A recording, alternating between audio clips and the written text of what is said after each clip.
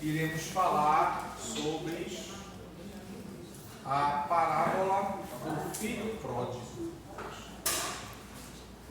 E nas 3 semanas atrás, anteriores, nós falamos sobre o filho mais novo, o filho mais velho. E normalmente, quando nós lemos essa parábola, nós focamos muito no filho, no comportamento do filho. Porque nós sempre, a maioria das pessoas acham que o personagem principal é o filho, que o foco é o comportamento do filho. Mas na verdade, o personagem central dessa parábola é o pai. O personagem central da parábola é o pai. Não é? E hoje nós vamos fazer uma análise, não é? Sobre a atitude do pai, o comportamento do pai em relação ao comportamento dos filhos, a atitude que o pai teve em relação ao comportamento de seus filhos. Então, prestem bem atenção para que vocês, aqueles que não assistiram as outras, está tudo lá no canal, vocês podem acessar lá no YouTube. Quem não é inscrito, já vai lá, se inscreve, clica lá no sininho para receber todas as notificações e você vai pegar as 3 pregações anteriores sobre esse assunto e a gente hoje vai fechar aqui, não é, se assim Deus nos permitir. Como eu disse na primeira mensagem falando sobre o filho pródigo, se a gente fosse passar aqui 3 anos falando só nessa parábola, ainda tinha assunto. É muito profunda, não é? Essa parábola fala não só do pai, não é, mas ela fala de Deus, ela fala de Israel, ela fala dos gentios, ela fala de filhos, ela fala de educação, ela fala de criação, ela fala de relacionamento. Então, ela é muito profunda em assuntos diversificados dentro do contexto tanto espiritual como social. E partindo para esse assunto tão importante, que é esta parábola, onde o personagem central desta parábola não é os filhos, mas o pai, nós vamos analisar aqui o comportamento do pai em detrimento dos filhos, do comportamento dos filhos. Onde o pai, ele tinha por lei, a lei lhe dava o direito, mas ele preferiu agir com amor, com graça, com misericórdia. E a gente começa no versículo 12 do capítulo 15, quando o filho mais novo reivindica do pai a herança.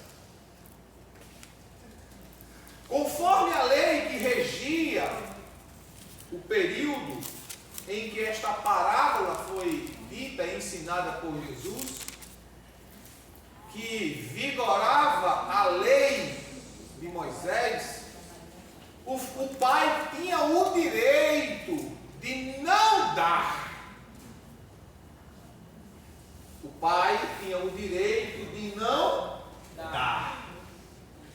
Mas o pai deu o que não lhe era obrigado. O pai entendeu com a atitude do filho que o filho não era obrigado. Ele não impôs ao filho, pois o filho não era mais uma ser doutrinada, ensinada, acompanhada. O pai entendeu que o filho tinha consciência, tinha idade suficiente para compreender o que estava fazendo. E diante disso, o pai não hesitou em dar ao filho a sua porção na herança. Ele deu. O pai não hesitou porque queria que o filho, sempre trabalhando com a consciência, tivesse a consciência de que estava errado. Repetindo, não era mais uma criança que precisava ser guiada, já era um adulto. E o pai, automaticamente, irmãos, dentro desse contexto, a gente vê o filho e o pai. Mas onde está a mãe? Onde está a mãe? A parábola cita o pai, cita os filhos, mas não fala da mãe. Visto que essa parábola também é uma alusão a Deus, não é? Mas, parafraseando, por que a mãe não aparece? Automaticamente, porque dentro da questão da cultura judaica, quem decidia era o pai. A mãe não participava das decisões de liderança. Era uma decisão do pai. E este pai desta parábola, nós não vemos a esposa ou a mãe aqui, porque era uma forma também do marido poupar a mulher. Um homem que pensava na sua esposa. Por quê, irmãos? Porque a mulher ela é mais emoção do que razão. Ela é mais voltada para os filhos do que até mesmo para o próprio marido. Dificilmente você encontra uma mulher que ela ama os filhos, mas não deixa de amar seu marido. Ela não tira a razão do marido para dar aos filhos. Ela não faz isso. Essa é uma raridade, né? Você encontrar uma mulher que se comporta desta forma. A atitude do pai ali, onde a mãe não aparece, não era a rejeição da esposa. Não era impedir que ela atuasse na família, mas era uma forma de preservar a mulher, a mãe, do sofrimento. Este homem estava olhando para sua esposa e vendo nela, sentindo nela a dor que ela iria sentir ao ver o filho ir embora. E da forma como o filho foi embora. Por isso que a mãe não aparece. Não é porque ela não existia, não é porque ela não está sendo citada, é porque o pai estava preservando a mãe. Isso aí nos dá uma lição. Que nós, homens, muitas vezes nós não preservamos as nossas esposas. Nós colocamos sobre ela uma carga emocional muito pesada. E aí, na maioria das vezes, elas adoecem. A Bíblia diz no capítulo 3 da carta do apóstolo Pedro, no versículo 6 e 7, a recomendação é que o homem dê honra à mulher, dê a primazia a ela como vaso mais frágil. A fragilidade que a Bíblia está falando não é uma física. Mas está falando no contexto das emoções. Elas sentem mais do que os homens. O sentimento que permeia o coração da mulher é notado de forma rápida, porque ela reage de forma rápida, enquanto que o homem não. Ele é mais lento para reagir. Ele é mais contido. Então a ausência aqui, que você possa ver da mãe, era porque o pai estava preservando a mãe de uma dor. De ver o filho ir, de saber o que ele fez. Ó maridos, quando a Bíblia diz, capítulo 3, verso 19 da carta de Paulo aos Colossenses, ele diz assim: vós maridos, não trateis vossas esposas com amargura. Vê? Paulo diz isso muito claro e nitidamente. Vamos conferir o texto? Eu citei o texto, mas eu quero que vocês leiam o texto. Quanto mais você manuseia a Bíblia, melhor é para você mesmo. Colossenses 3, verso 19.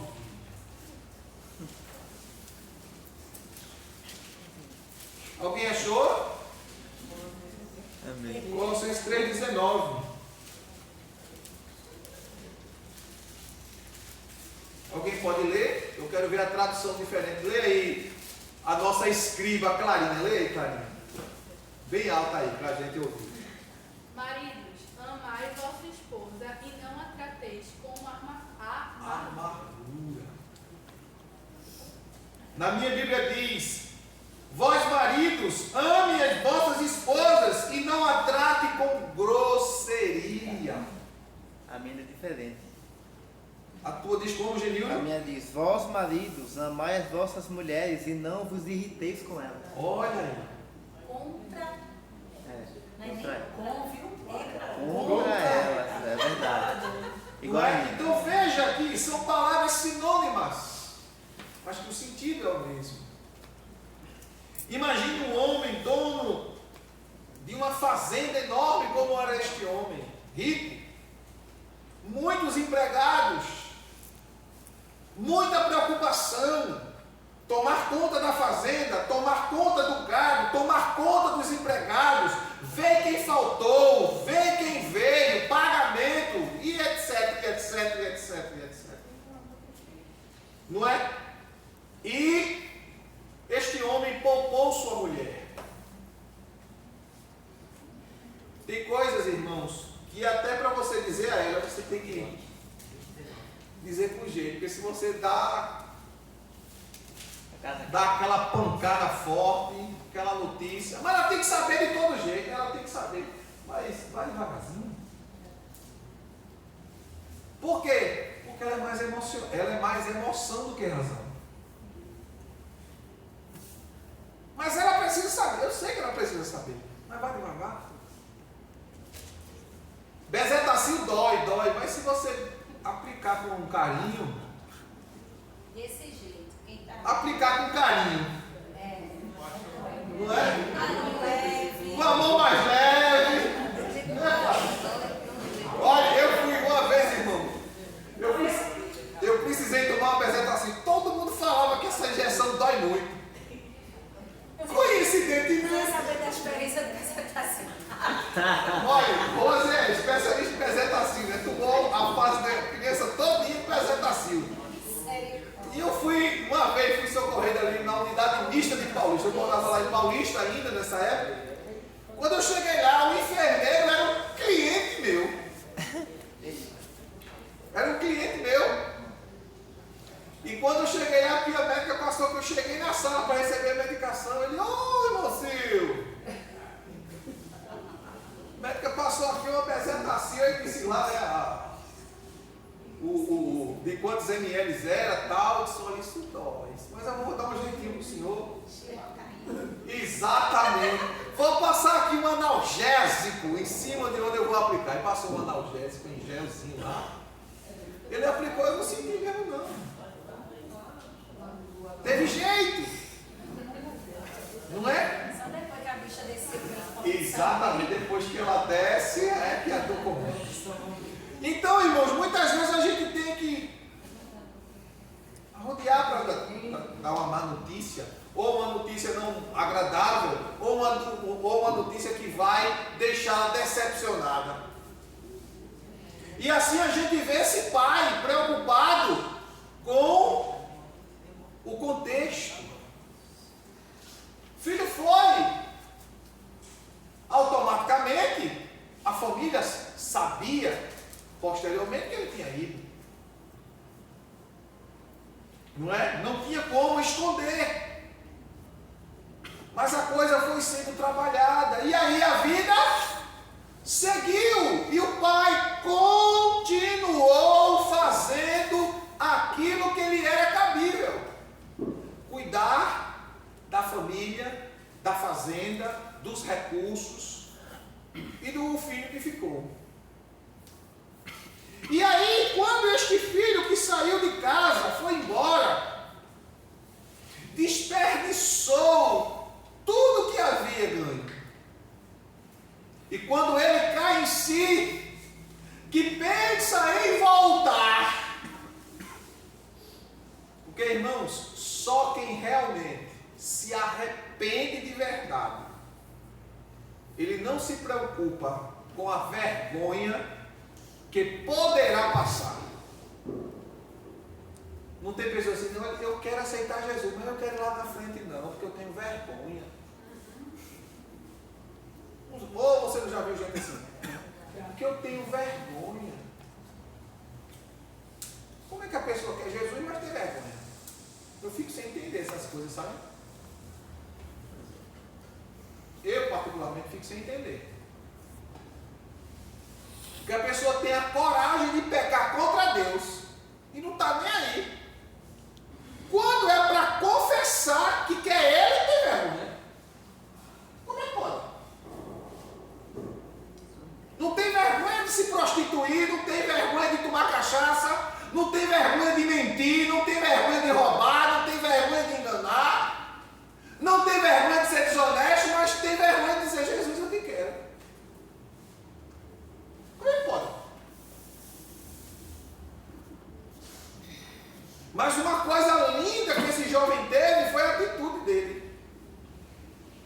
Ele ensaiou, ele começou a pensar, levantar-me-ei, irei ter com meu pai e vou dizer para ele, pai, eu pequei contra ti, contra o céu, contra ti, já não sou digno de ser chamado teu filho, me recebe como um dos teus jornaleiros. E ele programou e chegou lá diante do pai.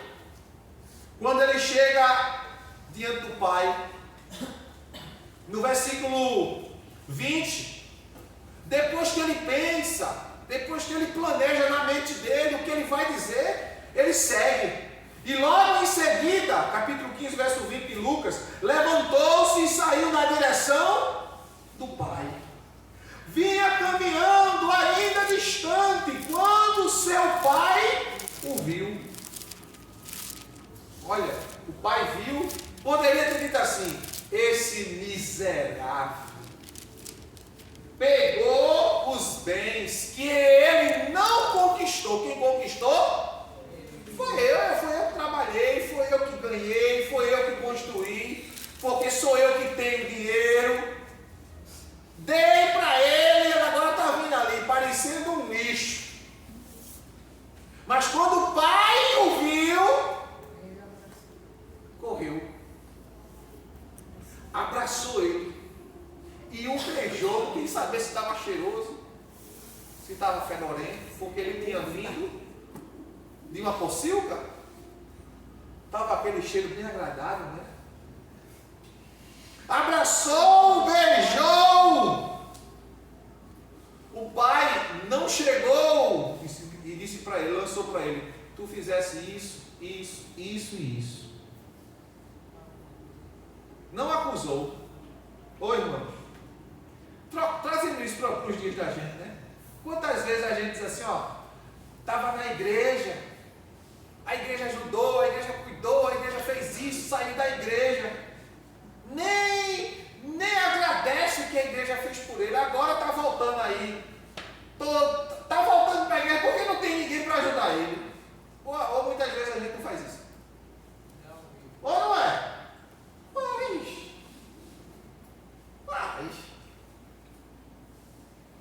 Mas o pai, abraçou, beijou. Então o filho declarou: pai, como se quiser dizer, eu não mereço o teu beijo, eu não mereço o teu abraço, pequei contra o céu e contra ti, eu não sou digno de ser chamado teu filho. Não sou digno, eu não mereço. Mas o pai, olha irmãos, o investimento de Deus, escute bem, em mim e em você, é muito grande. Glória a Deus. Glória a Deus. O que foi que o pai fez, irmãos? Verso 22. Entretanto, o pai ordenou aos seus servos: trazei depressa o quê? A melhor roupa. Vestiu. Ponde-lhe um anel no dedo de autoridade e as sandálias de filho. Irmãos, quando ele manda trazer a roupa, não era qualquer roupa. Eu falei aqui, isso aqui em outra pregação, era uma roupa distinta, longa, e na roupa vinha a insígnia da família, o brasão da família, como se estivesse dizendo: ele pertence à família novamente. Eu não sei se vocês que conheceram de história, que estudaram história, já andaram pelo centro do Recife, olhando, né? Prestando atenção. Você vai ver muitas construções de casas com aquelas eiras e beiras. E em cima os brasões das famílias. E muitas vezes as pessoas davam o endereço: tu mora onde? Eu moro, por exemplo, eu moro na Rua Nova, no centro do Recife. Qual é o número? Não precisa do número, você vai ver o brasão da família. Que hoje a gente chama de escudo, né? Mas se chama de brasão. Estava lá. Aqui é a casa de doutora Rose. Olha o brasão da família.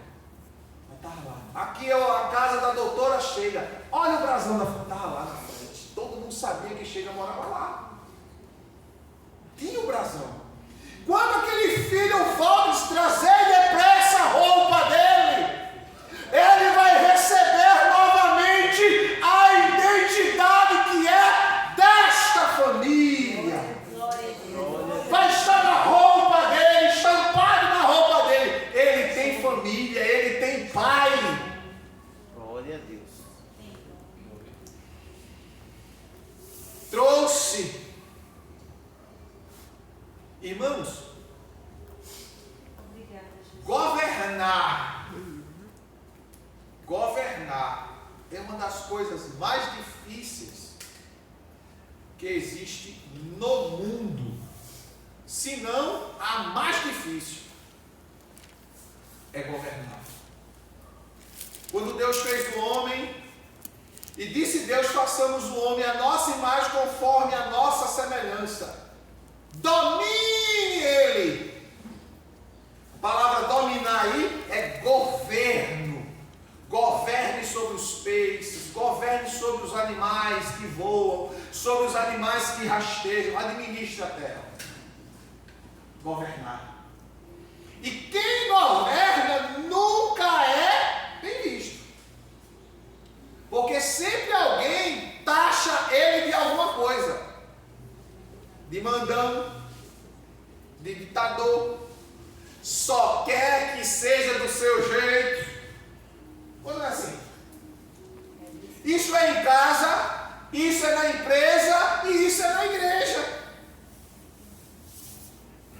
Foi o que aconteceu. A Bíblia diz em 1 Timóteo, capítulo 3, verso 4, que é necessário que o pai, que o líder, que o pastor que o administrador de empresa governe bem os seus próprios filhos. Porque se ele não governa bem os filhos, ele não consegue governar bem mais nada. Imagina a decepção do pai ao saber que o filho tinha rejeitado o seu governo, a sua autoridade. Mas agora o filho retorna e o pai, o bom governante, irmãos, não é aquele que disciplina somente. Não é aquele que disciplina. Não é aquele apenas que castiga, que pune. Mas o bom governante é aquele que exerce a autoridade com misericórdia. 2:13 da Epístola de Tiago. Que não há justiça perfeita sem o exercício da misericórdia. Você fez, você tem que ser punido. Tem. É verdade. Lembra quando o Senhor nos justificou? Lembra quando o Senhor na cruz nos santificou? Nos remiu? E nos deu um selo de garantia. Qual foi o selo? O Espírito Santo. Porque o Espírito Santo só vem habitar em uma pessoa que se arrepende, confessa e deixa. Aí o Espírito Santo vem morar. Aí vem o atestado do reino do Espírito. Está cancelado. Sua dívida foi paga. Absolvido. Portanto, agora nenhuma condenação há para os que estão em Cristo Jesus. Foi absolvido. Glória a Deus. Não entrará mais em condenação, mas passou da morte para a vida. Glória a Deus. O pai manda trazer uma roupa com distinção, põe um anel no dedo. Aí, pastor, ele veio nu para casa? Não, ele não veio nu. Ele veio com ele veio com trapos.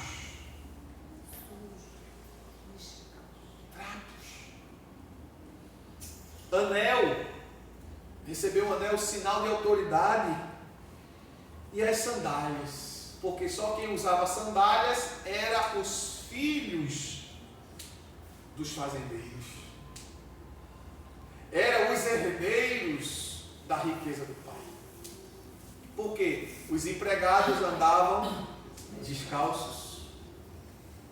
Os empregados nem roupas tinham. Eles tinham apenas pedaços de tecidos para cobrir suas vergonhas. É o que a história registra. E depois que ele restaura, escute bem, viu? O pai, depois que ele restaura a dignidade, a autoridade e a herança do filho, ele faz uma coisa tremenda. Verso 23.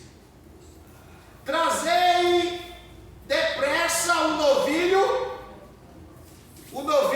cevado e o preparai. Comamos e façamos uma grande festa e nos alegremos. Esse novilho cevado ou novilho gordo, dependendo da tradução, você sabe o que era esse novilho, irmão? Era o reprodutor da fazenda.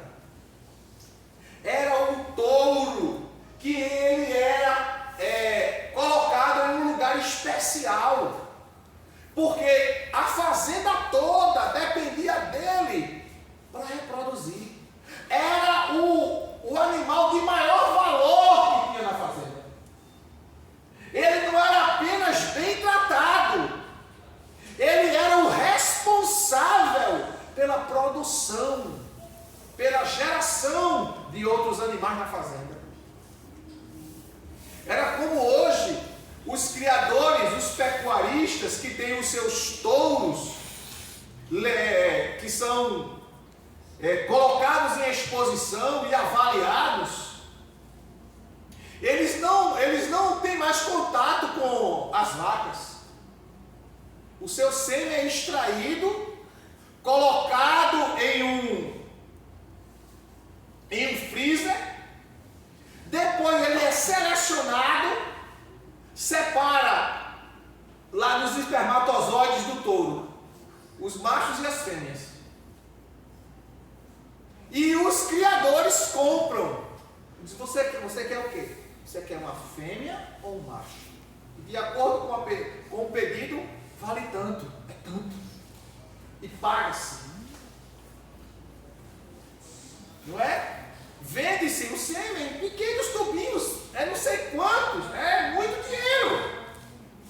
Aquele homem pegou o animal principal da sua fazenda e disse: mata ele.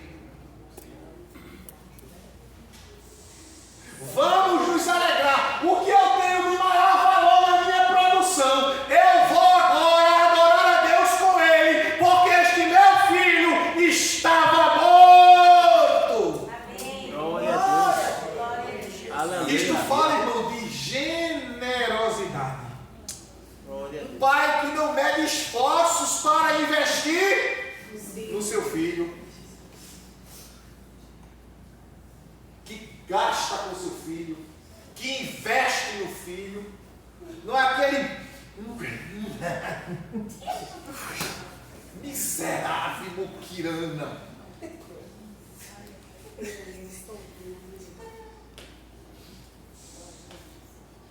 O que você gasta com o seu filho não é gasto, é investimento.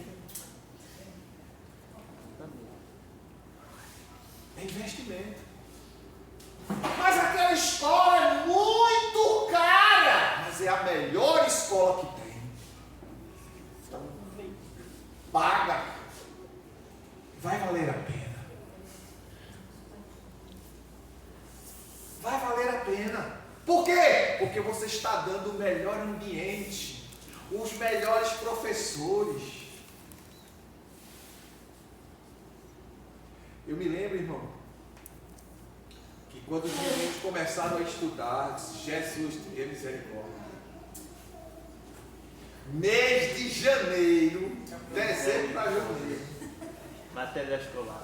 Quando terminava o ano, a escola dizia: olha, a farda nova. A farda está boazinha. Não, mas tem a farda nova. E os materiais? E o do ano passado? Não, do ano passado não serve não. E lá ia eu e Marcigreide ali para a rua Manuel Borba pesquisar preço. Meu Deus! Quando a gente terminava, a gente estava só o pico, pó, cheio de livro, a gente querendo pegar o ônibus para economizar, mas tinha que vir de táxi. E não existia Uber. Porque era tanto livro, tanta da coisa, e eu e ela não aguentava trazer. A gente chegava acabado de cansado, mas feliz, porque compramos os livros. E a gente parcelava a perder de vista. Eu tinha cheque, eu tome cheque, passa. Mas comprava. Quando saía da escola, terminou ali, então não tem mais. Vamos agora procurar outra. Quando o Juninho saiu da escola Salete Soares, que foi para... Tu lembra, Juninho? Alberto Gomes. Naquela escola é muito chata. Realmente era. Era não, né? Porque ela está viva ainda. Mas a escola puxava.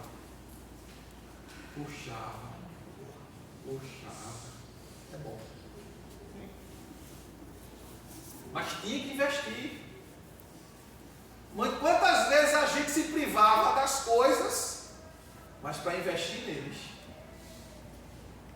Era gasto, mas investir neles. Quando saiu do Alberto Gomes, o Juninho fez uma prova, eu não sei como, não lembro ainda como foi o detalhe, para estudar no SESI Senai. Não foi uma prova, não foi? Aí fez, aí quando era 6 horas da manhã, 6 horas da manhã, botava Juninho no carro, levava Juninho para o SESI, Juninho levava a marmita dele de almoço. Quando largava do SESI, almoçava, aí ia de lá para Arthur Ludwig, para o Senai, para estudar. Às vezes eu saía do salão, ainda conseguia pegar ele e levava, mas quando ele largava lá, tinha que vir de ônibus.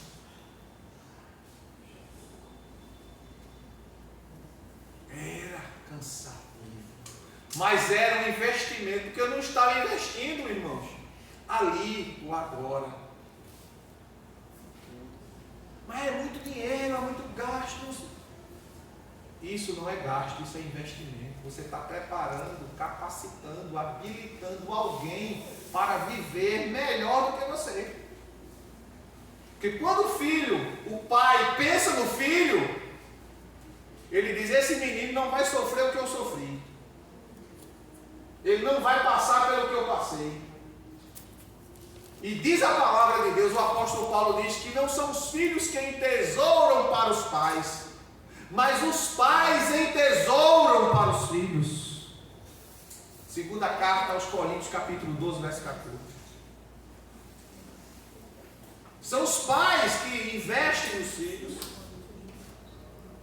guardam para eles, trabalham por eles, trabalham para eles, porque no futuro, meu filho não vai fazer o que eu fiz. Não vai passar pelo que eu passei, não vai sofrer como eu sofri. Este pai, a felicidade deste pai, quando viu o filho retornar, meu filho não vai ser mais mendigo, meu filho não vai mais cuidar de porco, meu filho não vai viver a vida que estava vivendo. Coloca nele de novo o anel e as sandálias e as vestes. Porque ele estava perdido, ele estava morto.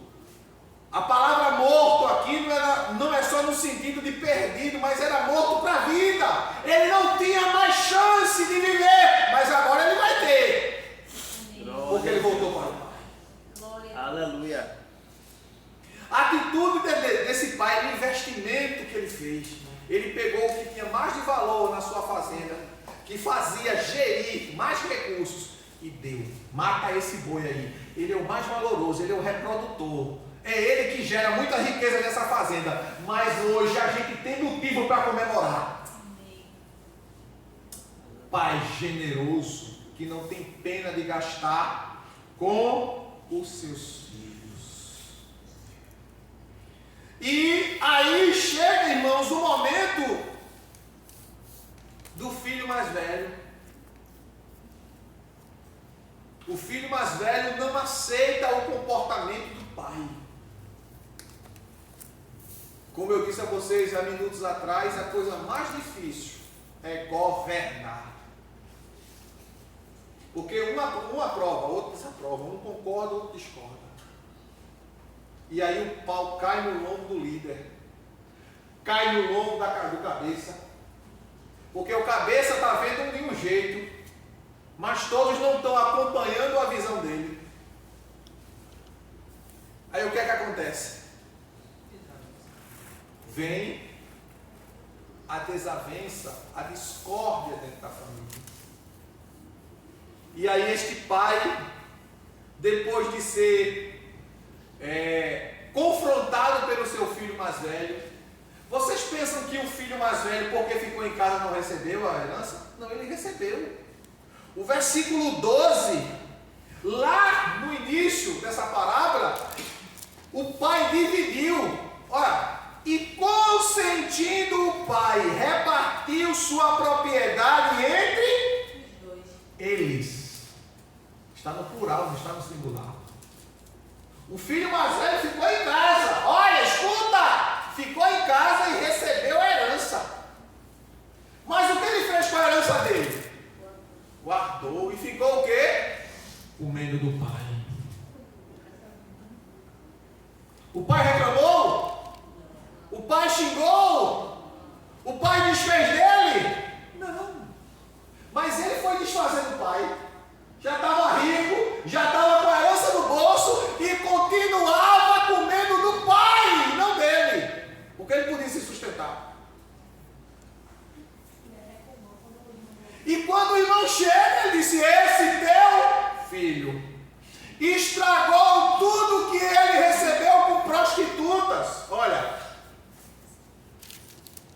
versículo 30. 15 e 30 de Lucas. No entanto, chegando em casa esse teu filho, que pôs fora os teus bens com prostitutas, tu ordenastes matar um novilho gordo para ele, ou seja, tu tiraste o sustento dessa fazenda, a mola mestra que fazia essa fazenda gerar, tu matasse. Então lhe arrazoou o pai: meu filho, olha a paciência do pai, meu filho, tu estás sempre comigo, ou seja, tu recebesse a herança e continuasse aqui em casa. Tu recebeu a herança, não gastasse R$1 aqui dentro de casa, continua comendo aqui em casa. Tu sempre estás comigo, tudo que eu possuo é teu. Como se quiser dizer, tu está reclamando o quê, menino? Tu está de bolso cheio, bucho cheio, comendo do bom e do melhor, não gasta nada, tu está reclamando do teu irmão. Não tem jeito assim? Pois é, só quer para si. Aí o pai tenta amenizar a situação para que o mais novo não se sinta constrangido com o mais velho. Porém, nós tínhamos que celebrar muito a volta deste teu irmão e alegrarmos-nos, porque ele estava morto e reviveu. Ele estava sem esperança, sem perspectiva de vida e foi salvo. Veja a atitude do pai. Um pai que, apazigua os ânimos. Mas não ficou dizendo, tu tá certo. Ele é que é o safado da história. Não. Ele apaziguando os ânimos. Não queria perder o que chegou, mas também não queria perder o que estava em casa. Todos os dois eram filhos. Irmãos, sempre vai existir às vezes nas famílias aquele negócio de ciúme. Você só gasta mais com ele, comigo você não gasta. Você só gasta mais com ela, comigo não. Eu vejo que você faz mais por ele do que por mim. Isso. Ou não acontece isso na família? Muito. Isso quem tem mais de um filho, viu? Porque é aquele que tem um só, não conta. É só dele, tudo é pra ele. É pra ele. Né, Arthur? Arthur é o rei lá, né? É como o filho de Carol também, só tem ele, só é ele. Como o filho de Cleonas também lá, Felipe reinando lá na casa de Cleonas. Só como Clarinha lá com Marisa. Só tem Clarinha. Então não tem o que. É como Nicolas lá de Natália. Só tem ele, então tudo é pra ele. Quando Nicole chegar, meu Deus do céu. É como Heloísa. Vai chegar Chloe, né? A novinha. A Heloísa vai lá gostar da irmã. Vai lá cheirar a irmã. Mas daqui a pouco dizer, mamãe, eu quero ficar com tu. E mamãe vai dizer, não posso, minha filha. Ela vai começar a chorar.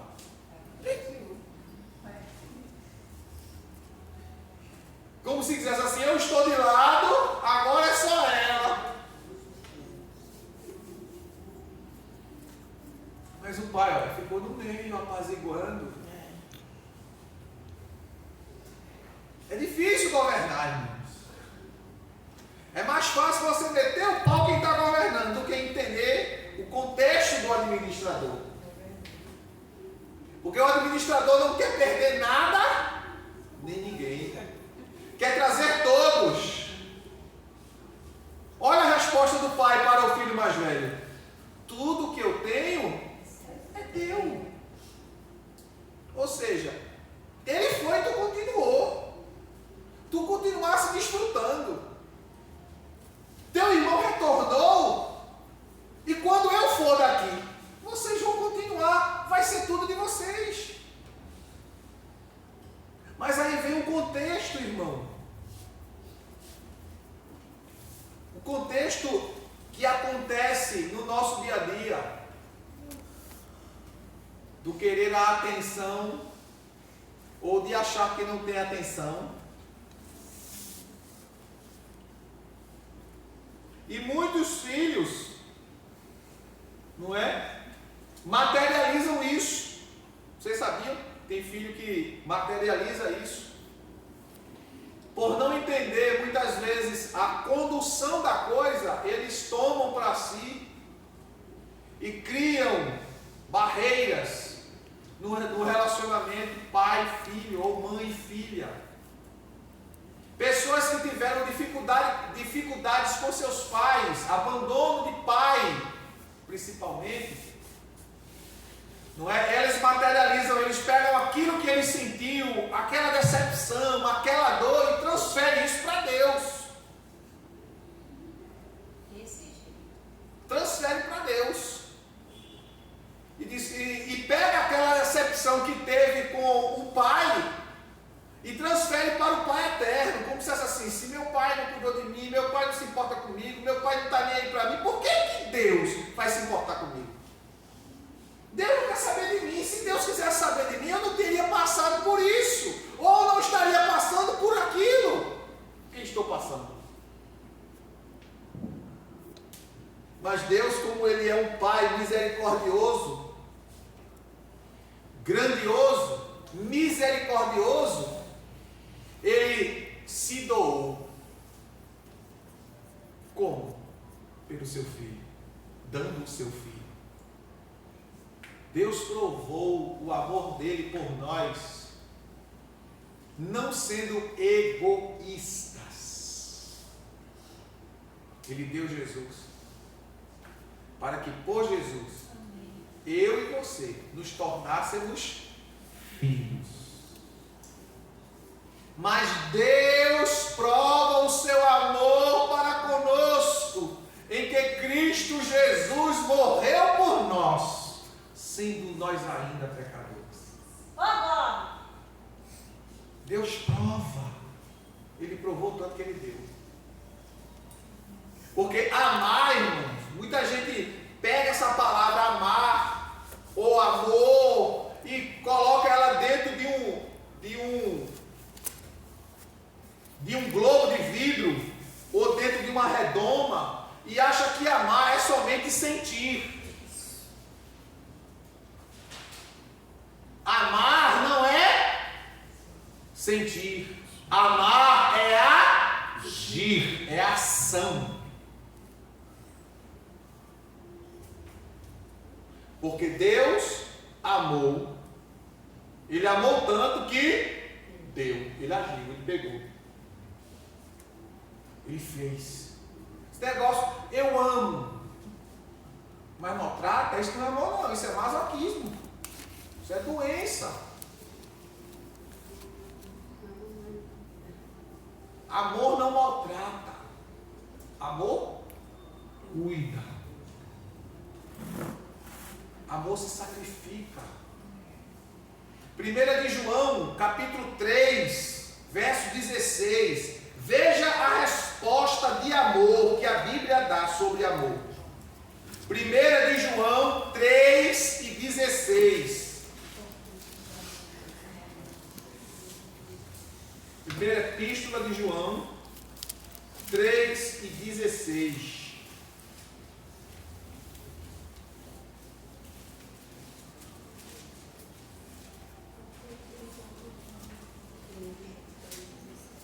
Diz o texto sagrado: nisto conhecemos todo o significado do amor. A minha tradução diz assim: todo o significado do amor. Cristo deu a sua vida e devemos dar a nossa vida pelos irmãos. Doação. Me doar pelo outro.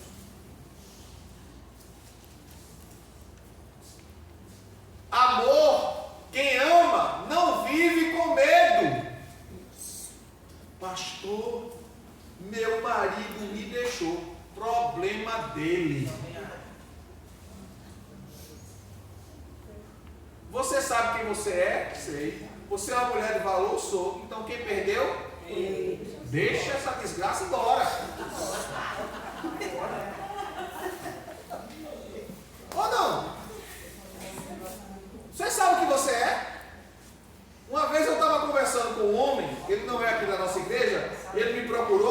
lá no salão. Pastor Silvio, eu estou arrasado. Que foi que houve? Minha mulher quer me deixar. Eu disse, por que ela quer me deixar? Eu não sei. Eu disse, vem cá, vamos fazer uma lista aqui.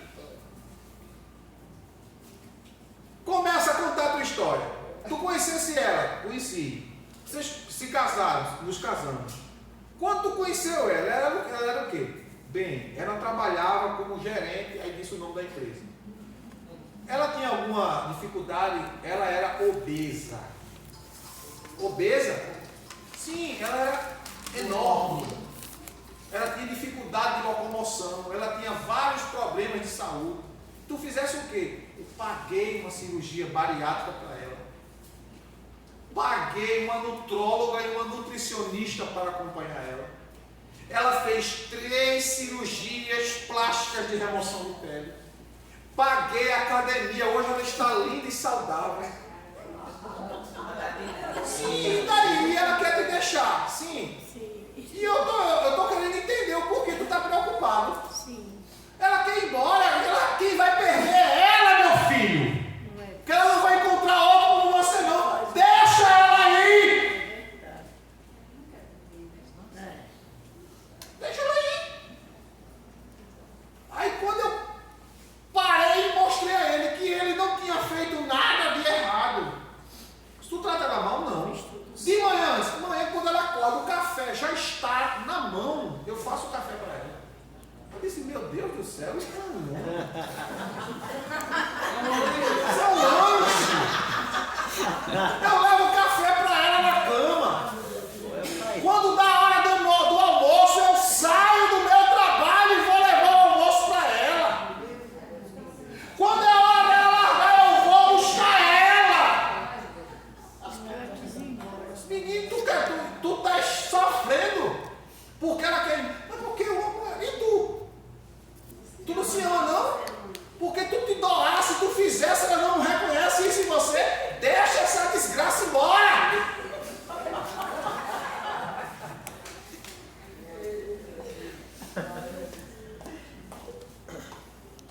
Vai-se embora, meu pai, irmão.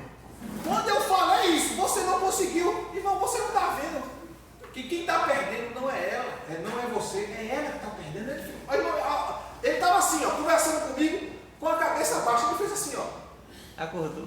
Olhou para mim e disse, eu vou me embora. Montou na moto e foi-se embora. Não precisa dizer mais nada. Nunca mais ele voltou para contar nada. Resolveu o problema. Porque ele só via ela, nunca via ele não enxergava ele. O que ele era para ela, o que ele fazia por ela, como ele tratava, nada. Deixa ela embora. Amor é doação. Você gosta. Eu vi você falando com fulano. O que é que você está falando com fulano?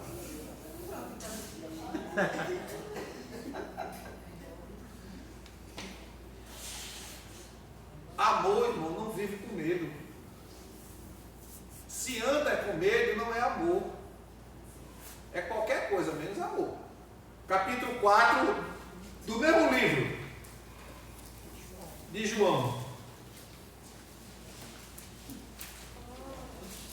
O que é que diz aí? 4:18 de 1 João diz assim: no amor não existe medo. Não existe medo.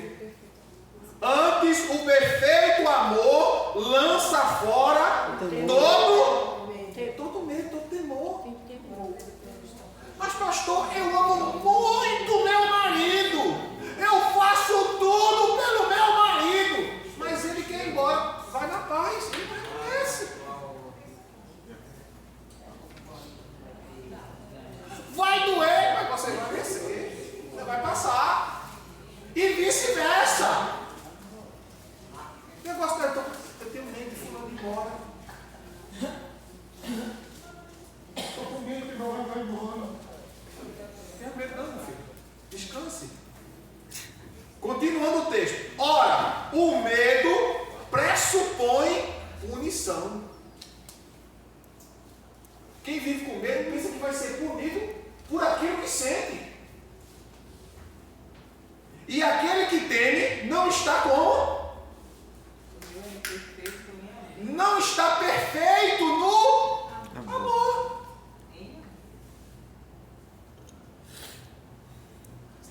crente saiu, dizia, tu tá onde? Tu tá com quem? Tu fala com...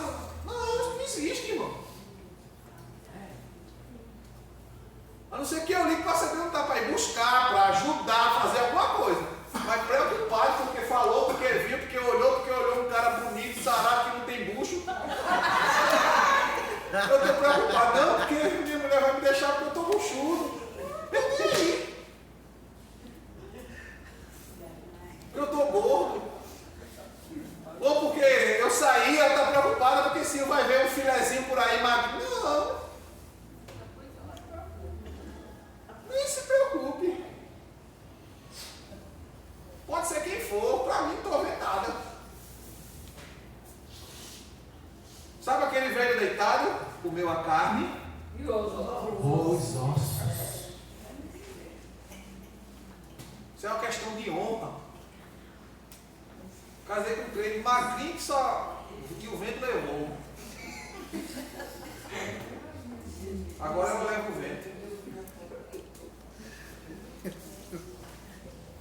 Aí casa, quer que a mulher fique o resto da vida, aquele fenômeno, não fica. Tudo fica pera, irmão. Não tem quem ficar. Tudo fica pera. Eu não tinha esse bucho não, ó. Hoje, ó. O bucho. Bota o paletó fica aqui, nem então ataca. Não é? Fica preso, né?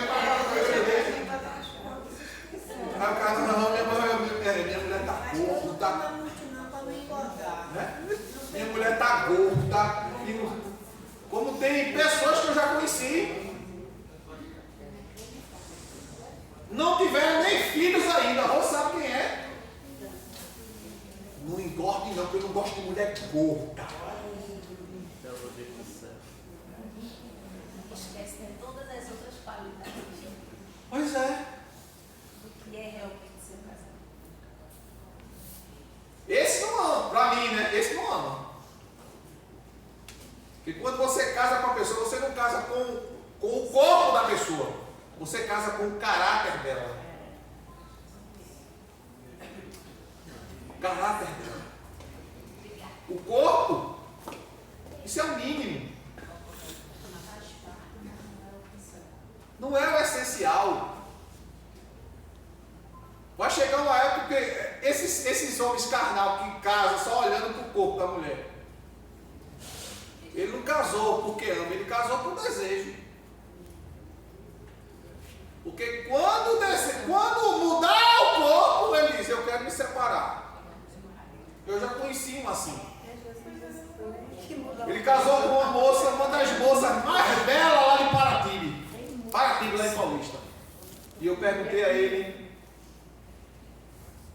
Silvio, eu amo, tu ama mesmo? Ou tu estás encantado com tanta beleza? Porque realmente a menina era um espetáculo. Parava até avião no céu.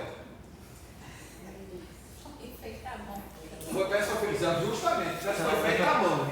Porque tem mulher, irmão, que Deus fez. Eu assim, Jesus, tu botou tanto ali, não podia estar dividindo um pouquinho para as outras?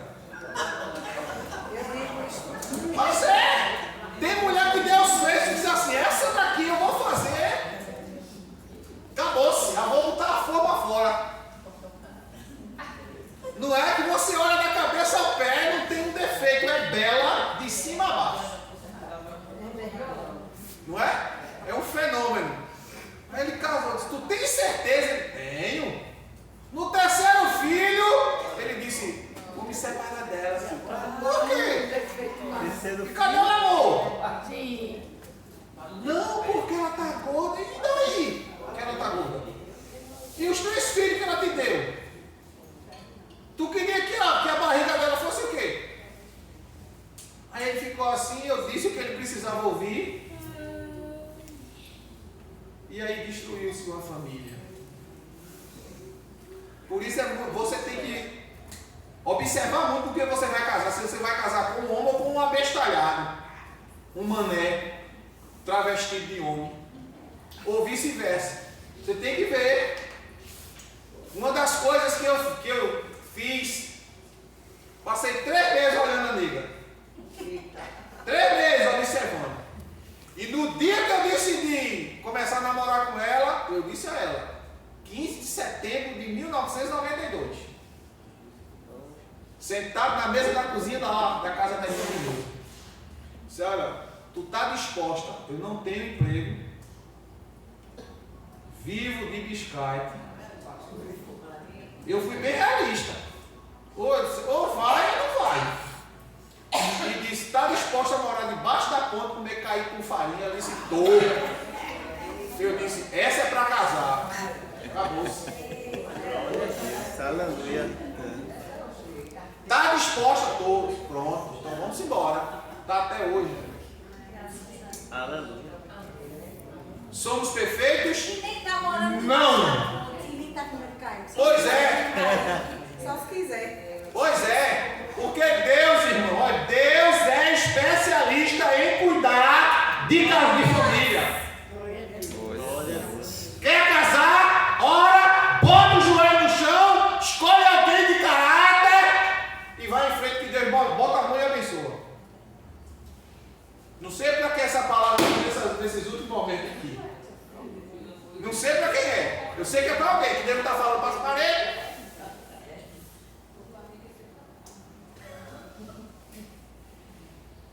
Deus não está falando para as paredes. Quando você decide, meu filho, decide, baseado na palavra de Deus, Deus põe a mão. E Deus abriu as portas. Olha, irmão, quando eu comecei a namorar com o Pedro, pensa aquela coisa assim. Deus disse assim, vou provar mesmo agora. Fez isso, ó. Fechou as portas. Eu vendia prestação. Meu Deus do céu, no ano do casamento, parece que em vez de aumentar,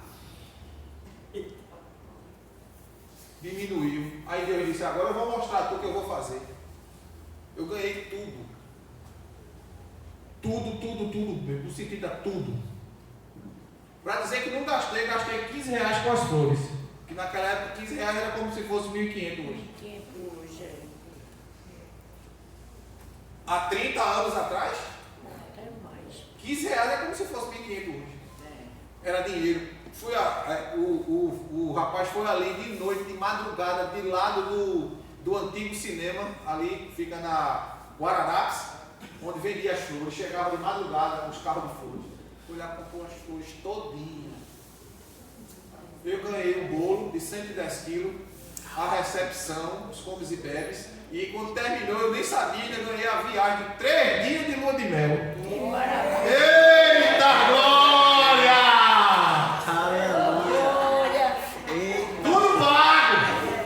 Jesus mandou tudo. Mandou tudo. Glória a Deus. E muita gente me dizia tanta coisa, irmão, que não vai dar, e que não vai, e porque isso, e porque aquilo. Hoje estão tudo, ó, decepcionado, frustrado. Porque quando você honra a Deus, Deus manda tudo que está faltando. Não falta nada. Sabe aquela palavra, está cancelado o funeral, ele cancela tudo. Cancela a língua mentirosa, cancela as calúnias, cancela as palavras de maldição. Sai cancelido e bota a mão dele. Amém? Amém? Que nós tomemos o exemplo desse pai de família. Não sejamos egoístas, mas investemos nos nossos filhos. Que nós não sejamos rancorosos e lancemos em rosto as coisas erradas que eles fizeram, mas acolhamos primeiro. Primeiro você acolhe.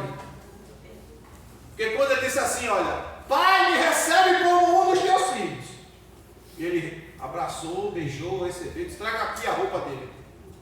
Traga o anel e a sandália. Ele estava dizendo, tu vai voltar a viver como eu quero, debaixo da minha autoridade. Tá, e vestes, anel e sandália. Ele abraçou e disse, agora toma. Restituiu tudinho. Vai continuar aqui vivendo debaixo da minha autoridade. Porque a bênção está com o Pai. A bênção está com Deus. A solução está em Deus. Por isso que a gente precisa orar. Ah, pastor, orar é coisa de gente fraca, por isso que eu oro. Por isso que eu oro. Porque se eu não orar, eu morro. Por isso que eu tenho que orar, porque eu sou fraco. Por isso que eu tenho que falar com quem pode, com quem é, com quem faz, com quem tem. E é Ele, somente Ele. Amém? Que Deus em Cristo Jesus nos abençoe. Que vocês saiam daqui fortalecidos e renovados pela palavra do nosso Senhor. Amém, queridos?